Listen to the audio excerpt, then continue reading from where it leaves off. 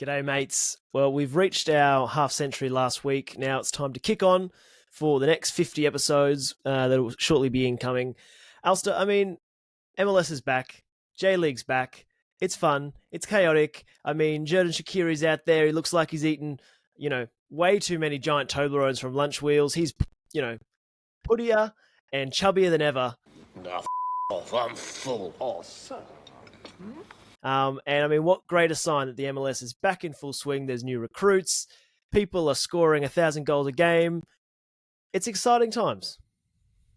Yeah, no, I love flicking through my Seria data app and just seeing a full day of fixtures. From the moment I wake up to the moment I go to bed, there's football on. It's very exciting. It's so hard now to pick lineups, and it's getting more and more difficult to win. But I don't care. I'm having fun. The novelty's there. But it wasn't an ideal start to you because I think, was it from your Starknet, ETH? You went and bought yourself some MLS boys and quickly welcome to the world of buying the best guys. What can possibly go wrong?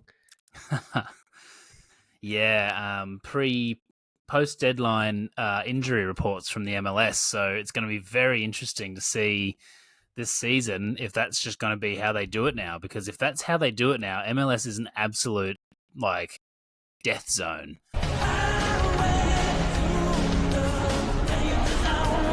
If we don't get injury news until Saturday morning, everyone is screwed. Funnily enough, I remember seeing, scrolling through the Discords, and I saw someone said, Albert Rusnak officially out. And I kind of went to myself, I was like, sucks to be you guys owning Albert Rusnak. And then sure enough, the next, just scroll down a little bit further. João Paulo, out. I am invincible! Invincible! Ow! Oh, shit. So not a good start. It's not funny but when it happens to you. No. But that's what limiteds are for, Simon. You can kind of move on pretty quickly from a limited, heartbreak. But you've taken the safety wheels off, Simon. The training wheels are gone. The safety barriers are you're bowling with the gutters now. Back in the Rares this weekend. How are you feeling? Oh man, it's a mixture of excitement, mostly nerves. The lineup construction. I know I've been sending you hundreds of messages during the week. What do I do? Do I play this guy? He's in doubt. We touched on in previous weeks. I bought myself a Seria, and that's already causing me the headaches and the heartache that we knew was incoming. Immediately, he's questionable. He's, scratched his shin at training. He's 50-50. So I feel like it's going to be a long year, Alistair. It's going to be a very long season ahead. It's quite incredible. I'll see if I can find the quote from the coach. Let's see if we can find it here. Okay, where is it? Okay, here we go. So this is the quote from the coach of Daegu FC. So they've kind of pronounced it here, Saginia. Saginia's situation is not good. Coach Choi said currently, Saginia is not feeling well. He got injured during a practice game against Gimhae City Hall in Nimhae. It's crazy. Our Saginia is sick all the time. Saginia has to do really well to think about being substituted for the opening game. There is, he explained. If that's not a quote, I don't know what is. He is sick all the time. I agree. That boy is sick all the time. Yeah, it's concerning. And you did say when I bought him that since he is kind of the main guy, the best guy in the league, it's a messy situation. When they're playing the Mexican teams, they're just going studs up. They're going to try and break both his ankles. So it's always high risk, high reward with Seria. When they're playing the Mexican teams? Messi, when they in that cup. Oh, Messi. Okay, I thought you were talking about Seria. I said it's the same. It's the same scenario. It's the Messi effect. I see. Yeah. He's the Asian Messi, pretty much. He is. That's true. That's true. Now, I haven't told you this, Alistair. So you said the training wheels are off, but the normal Simon chaos continues. So I guess the best way to describe it is if the training wheels came off and you've gone, go, Simon, go, you can do it. I've just forgotten how to steer and I've driven straight into a hedge.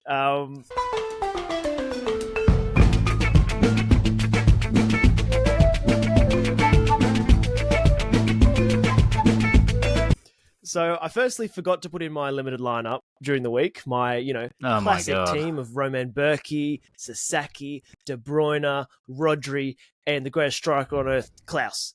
So that was already bad enough. Now, yeah, MLS was back. I was watching a few games on the weekend, but I tell you what else, I was getting that itch. I just couldn't quite scratch the itch of, I want some skin in the game. I want to see my boys out there. I know I'm going to get hurt by MLS, but I can't help it. So what I did, Alistair, is I actually listed a few of my Premier League players now in my limiteds. Now, the problem is most of them are all injured, so I didn't really want to sell them while they're injured. I did sell my Trent, which I might have to get back. I don't know. No one bought my De Bruyne. No one bought my Rodri. My thinking was sell those guys and I can run like a really good MLS team or two MLS teams. Now, first issue. So, listed everyone up on floor price. I accidentally, I guess, listed my Darwin Núñez. Didn't realize that the floor price, for some reason, was like way below what he was previously selling for. And I also forgot that I bought a bloody like special edition jersey mint. And so, of course, I've listed it and it's sold. Like I've clicked confirm before actually like realizing what I've done. It counts with compounding interest and it's gone. And then a bot's picked it up immediately. So my Darwin Núñez is gone. Now, so it went for how much under what it was worth? Well, it went for like, I don't know, 0.003 under what the normal price is. But remember, it is a special edition card, so it should have been worth more. So I didn't let you know this. I put my big boy pants on and I immediately sent an offer with a little bit of extra ETH back to the guy, like immediately. And he sent it back to me. But you paid him ETH to send it back to you? Only a little bit, like a couple of euros. My thinking was when Núñez is not injured and I want to sell him, because he's a jersey man, I'll be able to get like way more than what I sold him for just then. Yeah, okay. I mean, congratulations, I suppose. Mate, okay. There's so much to unpack there. I mean, you mentioned that you missed the putting your team in. You not only did you miss putting the team in for the weekend, you then messaged me and you were like, you started talking about what did you say? You were like, oh, he played yesterday. And I was like, that was the midweek. This is the weekend. There's two, like, have you forgotten in the, 2 weeks that you haven't been playing Seria, you've forgotten that there's two separate game weeks, midweek and weekend. Then you're asking me about what time the deadline is. And I'm like, it's Friday night. You know it's Friday night. Then you were going on about how the app's terrible and they can't find the deadline. I'm like, here it is literally everywhere on the app. Like, has So Rare broken your brain, Simon? What's going on? It feels like you've got concussion or something. You haven't been playing for like 2.5 weeks and you've lost all knowledge of how to do anything. You're selling Premier League. You're selling Kevin De Bruyne to buy MLS players. What is happening? Well, to be fair, all my bloody Premier League guys are injured, so they're not going to play for another 3-4 weeks anyway. And I haven't won with that stack anyway. I thought, well, I could have some fun. The limiteds are meant to be fun. I'm just trying to make my own decisions. And this is what happens. I sold Darwin Núñez for like way under what I should have. It's fun, Simon, but I also, watching the MLS over the weekend, it really just reminded me that you can't trust any of these guys. It is a lottery every week. And I mean, the definition of insanity is doing the same thing over and over again and expecting different results. You know what's going to happen if you buy yourself a Hugo Lloris and a Carlos Hill. One of them's going to go off, and the other one's going to, just unexpectedly drop a shitter. Like, the whole point of the Premier League, boys, was like, right, we can rely on these guys. I know they've basically been injured the entire time you've had them, but I don't know. I feel like we might be due for another intervention if you're thinking about selling your Premier League players to buy MLS players. Okay, yeah. What now? Here's my suggestion. Here's my tonic for you, Simon. Okay, yeah. I think you just invest more money, Simon. Put another $250 on, Yeah. buy your MLS boys, and have fun. But don't go trading Rodri for Lucho Acosta. It's a nightmare. Well, look, Alistair, if I just kept my money in ETH and not put it back onto Seria, ETH is like absolutely skyrocketed in the past 3 months. If I just kept my money in that wallet, I probably could have bought a De Bruyne, an MLS stack, and probably gotten to the rares. Instead, my money is just dwindling away on horrible J-League prices. But that's not fun, is it? That's not fun, is it, Simon? Yeah, it sounds pretty fun. Sounds pretty fun. I think you're also missing the shining light here, Alistair, is that, the goodness of the Seria community came to light. He knew that it was a mistake on my part, and for the mere price of, I don't know, €2-3, he gave it back to me, and I've got my Darwin. He's back home. He's safe. That is that. Which bot was that? I don't know, but I'm assuming it was a bot. He had like heaps of cards. Maybe he was just a whale. I don't know. Do you have the slightest idea how little that narrows it down? I mean, a quick, €4 profit for him. That's good business. That's smart. Yeah, stocks. Okay, now let's talk about what we saw this week, Simon. A few things caught our eye. MLS is back, obviously, and we're all excited to see the new jerseys. A couple of things I noticed. A few things stuck out to me during the first week of MLS. Few interesting hairdos. Bouncing around. We all know the power of the blonde. Lots of people coming back in the new season with blonde hair, trying to score a few more goals. Few hairdos stood out to me. Steve Clark, as we know, favourite of the pod here. Always got a new look. I think he had like a faux hawk last year. He's got the sleeves. He's always kind of mixing it up. Now this year he's decided to go for a bit of a. Let's share this screen here. He's gone for a nice, classy rat's tail. What do you think of that? Oh my god, this guy needs to be stopped. He needs to be put down. Oh Jesus! I think it's very on brand. Steve Clark. No. He's kind of repping that kind of deep South vibes. He's playing for Houston. He looks like an extra from The Waterboy. I'm here for it. I love it. I think he's just flying his freak flag. Is a rat's tail the new blonde dudes? Are we going to see Sho Sasaki rocking a rat's tail in season 2025? I mean, if Steve Clark starts scoring some goals, who knows? Maybe it'll catch on. Maybe. Okay, now he infuriates me. He's an old guy trying to keep up with the young thugs, the young cool kids of the MLS. Be old and shut up. Take a leaf out of Tim Neely's book. He didn't change for no one. That's right. Yeah, it reeks of cool uncle, doesn't it? Now, that one didn't right. That one was kind of. I thought that was a little bit funny. This one kind of. I don't know how to feel about this one. So let's go. So I turned on the LAFC game now. Ilia Sanchez, I think he's from Spain. A little bit of a central midfield general in there. He's obviously moved to LAFC last year from Kansas City. I think he's obviously settling down. He's got a family. He's moving them to LAFC. Now, I think that maybe he might have bought a house. I think someone might have suggested, where should you live in LA, Ilia? And I think he was like, Compton sounds nice. Because he's now rocking this look. Oh my days. It's an interesting look. I mean, maybe he's been listening to a little bit too much Eminem. I mean, it's a strong look. The headband, the cornrows, the pasty white skin. I don't know. I don't know how to feel. I think the fact that his hairdo like matches the jersey.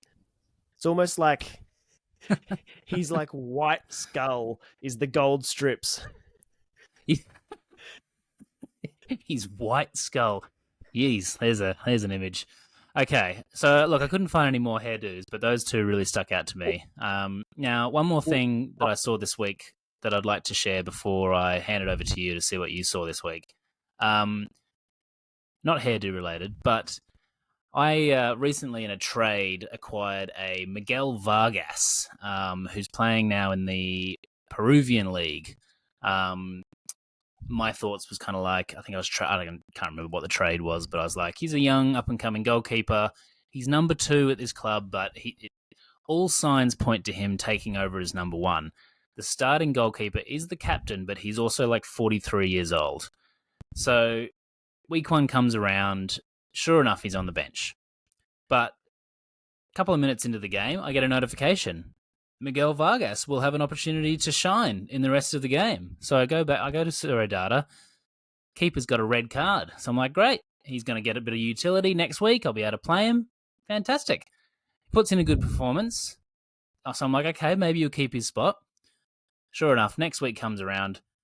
Old Reliable's back between the sticks. The old 43-year-old. He's back between the sticks. My guy's on the bench. Knee bother. Again, halfway through the game, Miguel Vargas will have an opportunity on the field. He's been sent off again. So that's 2 red cards in 2 games for this guy. And he made an error led to goal. So 2 red cards, 2 games. You beauty. Utility next week. Again, stands on his head, bangs out like a 90 on Seria, makes a bunch of saves, keeps the clean sheet. But they're standing by their man. He's back in the next week. My guy's on the bench. I'm like, okay, the luck has run out. You would not believe it, Simon. Notification number 3. 3 weeks, 3 notifications. Miguel Vargas will have an opportunity to shine once more. Old mate Penny has banged out his 3rd red card. Let me get some proof here. That's not what I want. Let's get some proof. There we go. Diego Penny. Oh, he's 39. Sorry, my bad. 3 red cards. Oh, sorry. 3 red cards in 4 games, but one of them was an error led to goal. And he made a penalty save, so I don't know what to feel. But I don't think I've seen 3 red cards in 3 games from any player, let alone a goalkeeper. What is he doing? Goalkeeper. I have to know what he's doing to get the red cards. Is it abuse? I would love to know. Is he coming studs up outside the box? Yeah, I mean, the first one was late in the game. You can't look your coach in the eye and be like, yep. Sorry, boss. I don't know. How does he... He can't keep his spot after that, surely. Well, that's what I'm thinking. And my player's been doing well when he gets on the field. He's the young gun in the team. You signed him this season. Surely you're going to play him. Maybe like Diego's, his celebration. If something good happens, he's just does a spinning kick and he's just collected a few people accidentally. But I thought that was quite remarkable to see that happen. And hopefully, the coach goes, all right, Diego, you old bitch. That's enough. That's enough. Now, I'm going to bring us back to some hairdos because I actually saw one during the week. So if I can, I'll share my screen with you, Alistair. So it is the youngster Josh Brooking from Chelsea. What do you make of this do?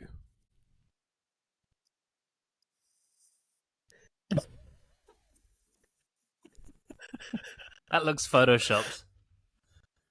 Wow, he's got some It's serious girth there. I like. It's really goes out. It's Dense. got a big wingspan.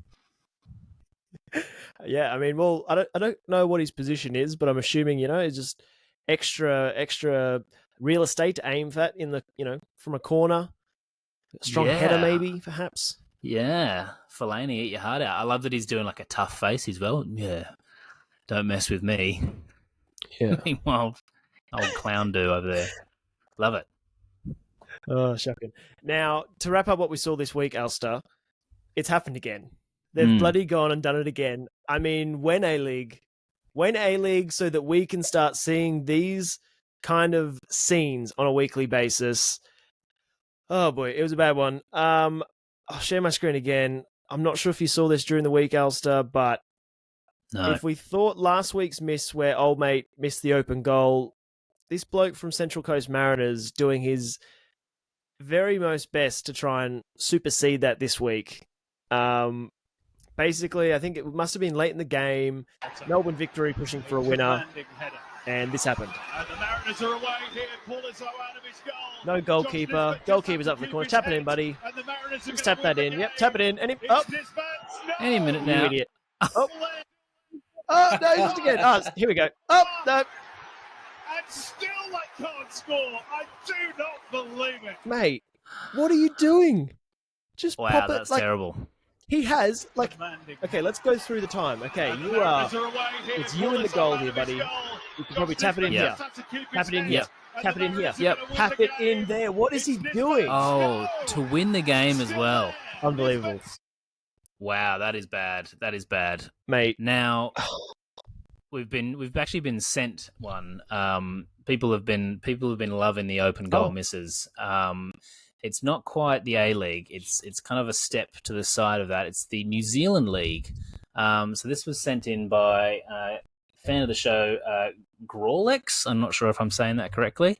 But yeah, wrap your eyes around this one. Some nice New Zealand commentary as well. Trying to stitch up this match with a fourth goal. Look at this Alrighty. from Noah Hickey. Round He the beats keeper. goalkeeper, All and for some good. inexplicable reason, Does a little- decides not to put the ball. Oh, no. Then he loses control.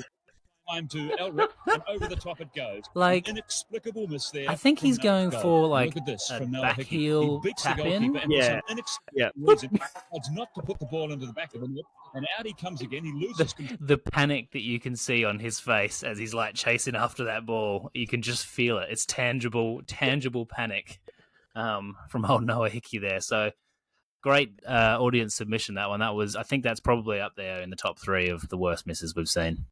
Yeah. I mean, it's the kind of content that just never is not funny. Yeah, that's big chance missed, I reckon. Put that one down too. Big chance miss for sure. MLS cards are back, Simon. How do you feel about that? Are you going to be, you just talked about how you're getting a bit of an itch. You're going to be placing some bids. You're going to be paying 12 times the current asking price for some new season MLS cards. Well, like you touched on, Alistair, if there's one thing we know about MLS cards, that they always hold their value. They always perform consistently. They never let you down. So I think overpaying for any new season MLS cards. To be honest, I can't see any flaws in that logic.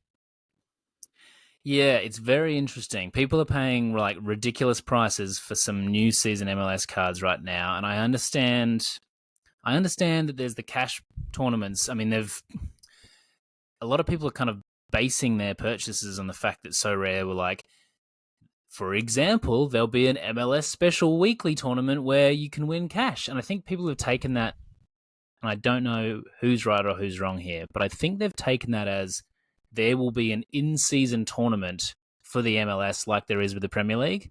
I don't think there is, but I could be wrong. But I'm pretty sure they're just going to have like random specials only reason I think every now and they then. potentially could is because the MLS is one of the most covered leagues on the Sorare platform. Yeah, Like they're a every partner team's and all there. that kind of thing. Every Yeah. player. I mean, Yeah.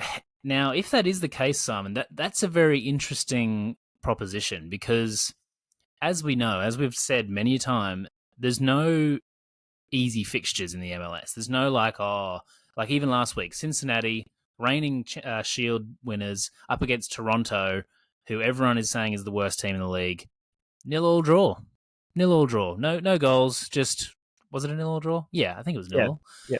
And it was a shocking game. I watched it and I was like, no one would think that this was going to be a 0-0 draw. It's the worst team versus the best team, but that doesn't exist in the MLS. Now, the Premier League in-season tournament, everyone's like, right, Man City are playing Luton, all the Man City stacks are going to win. All right, Arsenal are playing Sheffield, all the Arsenal stacks are going to win. If they've got a cash tournament that is week to week with the MLS, it really is anyone's game. And I mean, if you're thinking about trying to like win some cash, maybe the MLS in-season tournament is the place to be. But again, that's making an assumption that they're even going to do that. But I don't know. It's I know I just told you not to buy MLS cards, but I think if you're going to try and win cash, that might be the place to do it. Yeah, it's MLS. It's the great leveler. I think. Yeah, and if you're only is up that against worth- other like, MLS I would only be cards- doing it in limiteds though, so I don't know if that's worth it.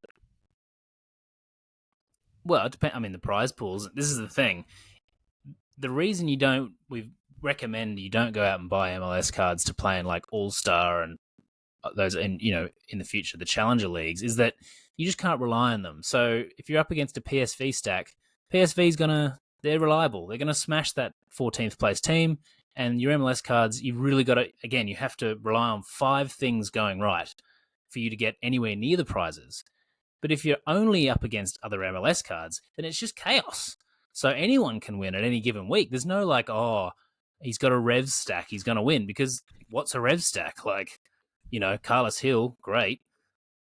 Dave Romney, like there's not that kind of 5-man team that you can just roll out and be sure that you're going to win, because it's probably going to be a 3-2 game anyway. But could I say on the flip side, devil's advocate, could the MLS be your entry level into winning cash? Because you don't have to get the best stack. Now, if you do the Dutch league, that's where PSV are, right? If you do the Dutch league, unless you get PSV or that's my point. One of those top teams. You're making my point. No, what? Can you let me finish my point, please? In the MLS, what I'm saying is you could pick up a Vancouver stack. You could pick up a Toronto stack. You could pick up these teams that aren't the good teams in the league for really cheap, but they could beat the Cincinnatis. They could beat the LAFCs on their day. So, like, maybe that's... No, that is my point, yeah. That's what she said.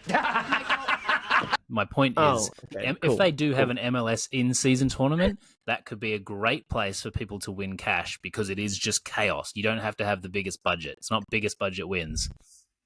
Right. Okay, so we agree. We agree. Very good devil's advocation there from you. Okay, now, new season cards being so expensive kind of raises another discussion. You mentioned to me during the week, you'd be making some purchases and you've just got this sinking feeling that the price you've paid is probably going to be the highest that anyone will pay for quite a while. You're expecting that with new season cards soon to drop for the J-League and K-League, we think, the prices of your old classic cards are going to plummet. So how are you feeling about that? Do you think that's...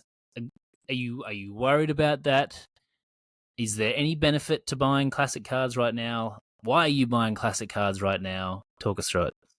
Well, I'll tell you a little story. Now, you said, well, everyone's freaking out about this roadmap change. Now's the best time to get in and buy at the bottom. That they haven't been lower than this ever before.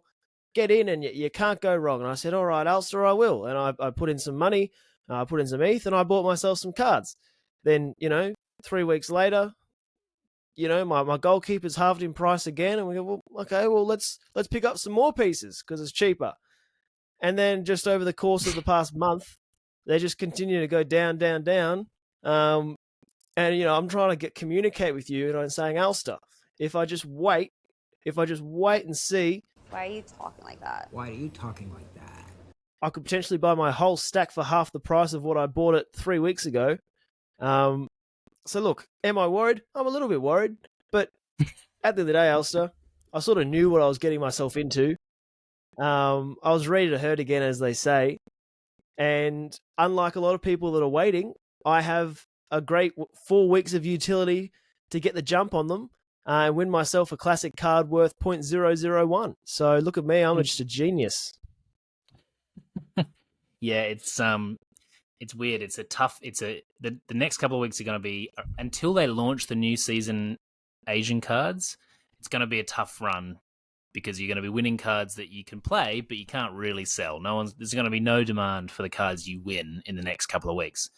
Now, once they do bring out the new cards, I think it's a great time to be playing Classic. Might be a bit of a controversial opinion, but yes, because everyone's going to be... the MLS cards dropping this morning has shown us that people are FOMOing hard. People are making speculations. They're like, new season cards is what you need to have, and people are paying crazy amounts for them. I think over the course of the season, that mania is going to wear off a little bit, and there will still be a slight difference between new season and old season, as there always is, but I don't think it's going to be as drastic as it is currently.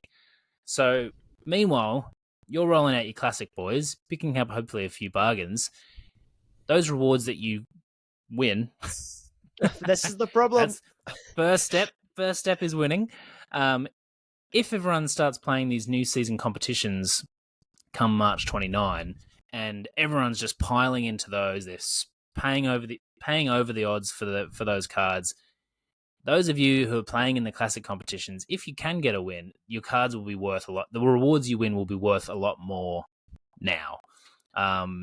So my strategy, if I was you, if you were to pull a win out of the bag, you pick up a tier 3, a tier 2, we'll see how you go. I would be selling those cards. I wouldn't be keeping them and trying to build an in-season team myself. I'd be selling them while people are just like scrambling for new season cards. And then later on in the season, that's when I'd start accumulating some new season cards and trying to build my own team, because I do think that mania of prices is going to level out over time. Might be wrong, but I kind of see it a little bit like when Limiteds first launched. Remember when Limiteds came onto the platform and everyone just went crazy? Like, you think, does it have to go back to the norm? My thinking, though, was like, let's look at it in hindsight. Why did I not just wait until like the week before J League started? Because you wanted to have fun. But I couldn't play him. The J League hadn't started yet. Yeah, but you wanted to have fun. You wanted to buy some cards. Yeah, I suppose. The I problem think at is, the end though, of the is day, like, Simon. Yeah, go on. well, this strategy, and I think we've been guilty of this in the past. Of if I win between now and when the new roadmap is launched or whatever, then great, mission successful. It'll be a miracle. If I have a bunch of DMPs and I come away with nothing, then I probably will be looking a bit of a fool, because it hurts my feelings, Alistair, when I listen to all these great Seria podcasts and everyone's like, you're an absolute idiot if you're buying old season cards now. Like, you're such an idiot. And I'm just like, oh, I'm buying them. I'm trying to have fun. Yeah, I mean, we love a zigzag, don't we, Simon? We love to zag when people are zigging and zigging when people are zagging. And if PSU fans are telling everyone you're an idiot, then hey, we're the biggest idiots on the platform. I bought some new season cards for the Premier League. I'm not in any like rush to go out and buy any new season anything else. That might change. But hey, I still maintain what we said last week, which is, when the new divisions come in and you can roll out a team of classic guys and you've got a better chance of winning cards, I think that just needs to be your priority. Let's try and have some fun. Let's try and win some cards first and foremost. And then when things start rolling, maybe then you can start to think about how you can, turn it into cash. But those cash competitions are going to be so competitive early on. And I don't think they're going to I don't think Serege is going to give away money. I don't think people are going to be scoring like 330 points and getting $50. I think you're going to have to do really well to finish in the cash prizes. And because everyone will be piling in there, clears the way, hopefully, for just those boys amongst us like us that are just playing Classic to try and scoop up a few tier 2s, tier 3s, because everyone's focusing on something else, Classic diversion. And Surreal Data's episode during the week with Gator Guy, where they're going through like building a team in Contender Challenger, like that was really great to hear, because it was like sort of highlighting like the guns and the smashes you can get in Contender. It was like building a team in Contender is way cheaper than that of Challenger. Like, I've been able to go out on a pretty limited budget and I've been able to get some big boys, Sasenia, Sasaki, got Maekawa from Vissel, like feeling pretty happy with that. I feel like I'm genuinely one or two pieces away from really like making that team one of the best it can be in Contender. No. For the J League division. Obviously, the issue with J League is, I think that a lot of players don't have like that super high ceiling. Like, you look at a Wakazaka, I still am a little bit hesitant to get him, even though he's the best J League mid, because he only gets 60. Like, I think we need to get a little bit creative and trying to find some cheat codes in the Asian division to try and hit me those big numbers. But I feel like, genuinely, and I mean, I guess this is the definition of hopes are up, but I feel like the team that I've got, Alistair, can win. It can win on a weekly basis. Oh, it can win. Let's just go with that. Yeah, let's start. Let's baby steps. I think it can win too. I think it's a good team. I think your prime time will really come in the summer when Europe has finished, because between now and say like June, you're going to be up against Zenit boys. You're going to be up against all the like smashes in Division 2. There's quite a lot of good overpowered cards still in Contender until the European leagues break, and then you kind of just up against Asia and obviously like Argentina and Mexico as well. But you could probably make the case that Argentina and Mexico are quite similar in that they don't really have any like above and beyond smashes. You could probably count them on 10 fingers. Barco, Brunetta, maybe. The off season is really going to be your time to shine. So yeah, it'll be interesting to see how it plays out. I think the divisions we've already said like it's going to be so interesting to see how the divisions work, and see kind of like how you fare going up and down the division. Oh, I'm sorry. Are we boring you? Are we boring, Amy? Divisions. And you'd have to think that eventually those Zenit cards will kind of get filtered to the higher divisions, so you probably won't be playing against them anyway. So I don't know. I share everyone's sentiment. I just want it to start happening now. I don't want to wait till the end of March.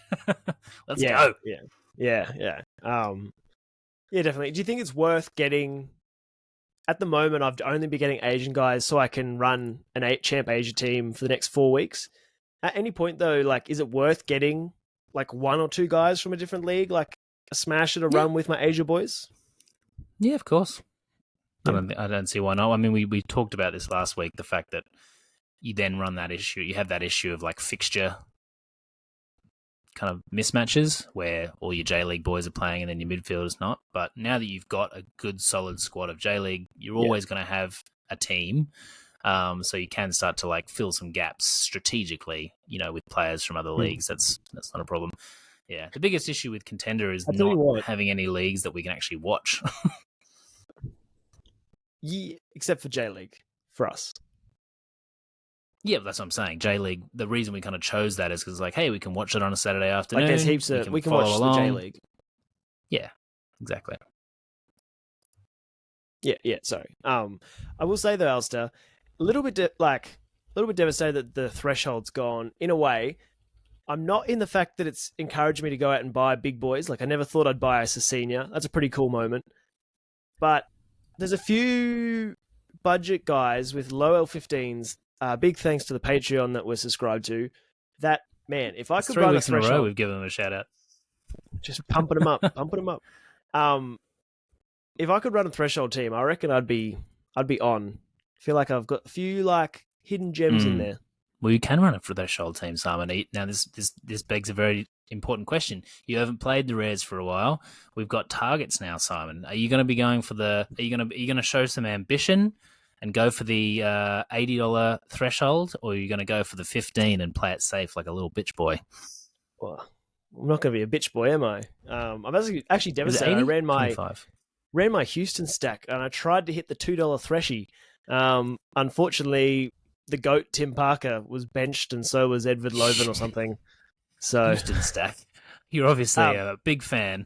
But nobody rocks like Springfield. St. Louis. Fuck. Steve Clark's infected you with his rat's tail. So we've got what are our targets here? So if you get 270 points, you get $15. If you hit 340, you get $80. If you get 390, $250. Simon, how confident are you in hitting that 340 points? Not very. Not very. I got the captaincy and stuff back. Hey, yeah, I don't know. Yeah, captaincy and bonuses and all that kind of stuff. Yeah, we'll see. I'm excited for it. Okay, now let's bring back some old segments, Simon. It's been a little while. I feel like the last couple of weeks have been crazy in the So Rare world, and we've lost a bit of our structure. We're just chit-chatting, slinging loose from the jaw. So let's bring back nobody's favourite segment, Underdogs. I'm here for Underdog. Underdog. No one cares. It's just us, but I love it. Okay, so to remind anyone who hasn't come across this, basically, this weekend we're going to become the biggest fans of the biggest underdog of the week. If the underdogs can pull off the impossible and get a win, one of us will buy an entire stack of their team. If we can't buy an entire stack because they're not licensed, we will go out and we will buy a jersey from somewhere, from the depths of the internet. That is our promise to you. Okay. Let's have a look at who the biggest underdog is this week. Let's go. Okay. Game week. Games. Now, we've had some memorable boys. I mean, we'll never forget Chuchuritsky. I mean, that was a personal favourite of mine. No, we have forgotten. Getting up early to watch the Conference League. Oh, sorry. Yep. It's kind of the whole Who premise. can forget Kukuritski? We could. Yeah, that's the other thing about this segment is if they lose, they're dead to us. I can't remember any of the teams we've picked. Team. No. Okay. Let's see what we got here. Matchups. All right, are we ready? Okay, so the biggest win percentage is Sporting Lisbon. So you would have to think that the opposite will be Forense. Okay, now, Simon, we have a choice here. We can either stick with this team that definitely doesn't have any cards, or we can pick one of Sheffield United or Varazdin, who do have cards, and back them as our underdogs. How are you feeling? Oh, I mean, a Sheffield would be fun because they have been awful. I think we should get behind the Sheffield Arsenal. boys. We can watch it. It's a good jersey if they pull off the. I'm happy. I'd be happy to buy a Sheffield United jersey. I'd also be happy to buy a Sheffield United stack. Well, because they'll be in the championship next year anyway, so it could be the greatest move we've ever made. All right, Sheffield United, we are 100% behind you. I know technically you're not the biggest underdog of the week, but fuck it, we make the rules. It's our podcast. All right, Sheffield, lock it in. Like a night out in Sheffield, like a crazy Djibouti. I cannot wait to watch them lose 6-0. There's not a chance in hell. Okay. Well, we believe. Underdog. All right, Underdog. All right, so let's keep the segments rolling. This is an absolute classic. I'm bringing this one back from the depths. It's buy low, sell high. I let the stocks decide my mood. Fuck! Damn it! Wait, is green good? Green's good? Okay, never mind. Haven't heard those words for a while. I know. I've been very lazy. So much. I mean, this week I've really put the work in, and by work I mean 3 minutes before we went live, I quickly did a bit of searching. So the MLS is back. So this is an MLS themed buy low, sell high. So basically, I'm going to give you some people that I think are undervalued, give you some that I think might be on the way out. Okay, so the first one that we have this week is, drumroll please. Alrighty, so it's Nathan from Seattle. One of the most spectacularly named players on the platform. So I've tried to keep it to players that you could buy for like a threshold. Well, an old threshold. Is he the one that was at Quakes? He was at Quakes, and then he broke his leg come off last year. I think he was like ridiculously priced at one point. Oh, I love it when you can't. I know that. How is Jonathan coming up before actual Nathan? His name is just Nathan. Come on, Sorry Data, sort it out. Oh, this is ridiculous. Problem is that he doesn't have a last name, right? I think he's just one last name. Is Nathan his first name or his last name? Maybe his name's Jonathan Nathan. I don't know. Jonathan. Okay. He's way too white to have just one name. Is that the rules? I don't know the rules. Come on, here we go. Right, this is good. This is good internet. This is good stuff. Nathan, here he is. Alrighty, so look at those scores, Simon. Look at that. I mean, obviously he's only played 3 games, but that doesn't matter. I mean, yeah, okay. Forget that because that's just based off these last games. Let's look at his actual scores. Okay. So he hasn't played for, there we go, 78. I mean, what kind of, okay, terrible for cap modes, I will give you that. But let's have a look at his scores prior to his leg falling off. Okay, look at those hundreds there, Simon. So this is when he kind of started playing for San Jose. You know, he's got a bit of an injury history, I'll give you that. But the man can hit a big score. And that's without a clean sheet as well. Just banging out AA. Now, this man you can still buy for $60, which I think is pretty good, or $5 if you're that way inclined. He's playing for a way better team, Seattle. He's obviously scored a 78. I mean, that was with a clearance off the line, but still did pretty well. He's a big boy. I was watching him out there. He's very solid against a, admittedly pretty strong LAFC team. I think you can do. I mean, MLS is not known for its defenders, but I think this is a bit of a bargain. And he's actually perfect, Els. You said he's not good for the cap modes, but he is perfect for the special weak knee competition that's going to be coming soon. My ankles are broke! His ankles are broken! Absolutely, he is. Special weak knee. put him in. Captain, Now, that I is reckon. funny that Yeah. you say that, Simon, because the next one is also a bit of a special weak knee alum. It's Miles Robinson. Obviously, last year, was it last year? Well, no, the year before that, his leg come off. So that qualifies him for the special weak knee. Again, a little bit more expensive, but only a bit over a threshold, historical threshold. Didn't have a great season last year, granted, but came back to play. He's now playing at Cincinnati. His 2 scores so far for Cincinnati, all with AA, have been 75 and 77. So it bodes well for what looks like a pretty strong defensive team. They've got Matt Biazga there. They've got Miles Robinson. Big old Roman there with his big dopey face. He's stopping goals like nobody's business. They've got some pretty good fixtures coming up. Maybe a bit of midweek utility. And yeah, I think as far as defenders go, if you're looking for an MLS player, I think he's your man. He's a real throwback. I remember looking at him when I was diving deep into the rares a couple of weeks ago. I feel like lately, I don't know, have you been feeling this? Like, getting a lot of Seria nostalgia, like coming across guys that, like, it's a little time capsule to what Seria was 2 years ago. Oh yeah, big time. I get that all the time. Oh, well, there we go. Someone paid 2.5 ETH for his rare. Why? Oh, Jersey Mint. Okay. Wow, talk about good purchases. Yikes. That is rough. Oh, jeez. I think he sold it. He sold it, or did he the border? I don't know. Not great. Okay, forget that. Miles Robinson. Okay, and my last one here is... All right, this one is not he's not like super low priced, and he's not necessarily flying under the radar. But I watched him play on the weekend, and I've always been a bit of a fan of this guy. He's never really had an opportunity to kick off. It's Brian Gutierrez. Xherdan Shaqiri has been eating too many giant Toblerones. He was non-existent last week. This guy's the future of Chicago. Goal and an assist last week. Absolute banger of a goal. I think he's going to be their attacking guy this year. I think he's going to have a bonkers year and then get a move. Yeah, pick him up, man. Under 23 until forever. Love a bit of Brian.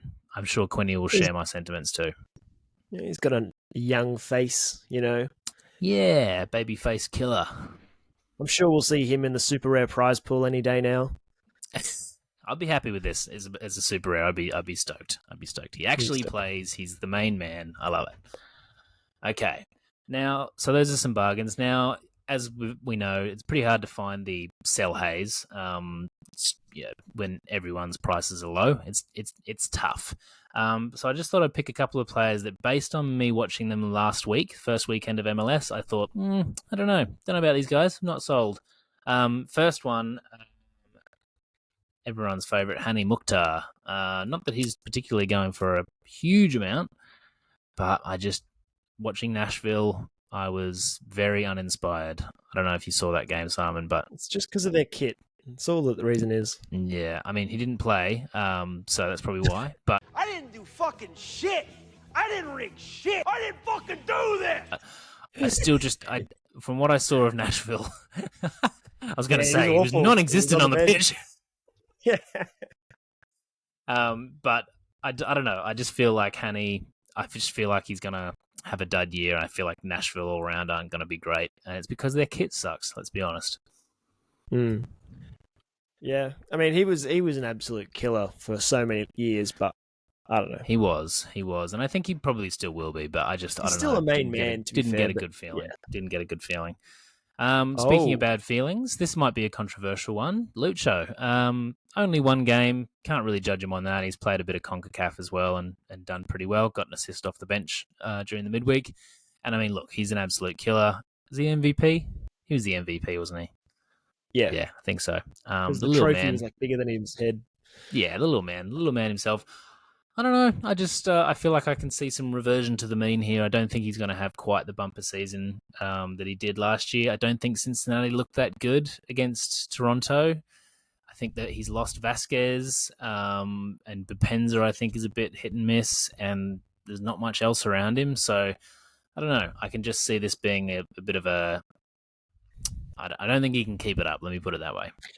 And look, this is the classic case with the MLS teams. There's always a team that does well, really well one year, and then the next year completely drop off the face of the earth. And Yeah. I can't remember if I had them as my biggest drop off. But like you said, like losing a key man in front of him who can actually finish, I think is going to make like a big difference to his scores.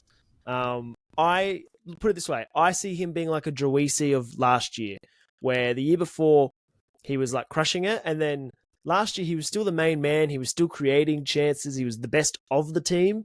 But because the team's so shit around him, he's not going to get those like bumper scores that he used to. Yeah, I agree. Yeah, I think you're spot on there.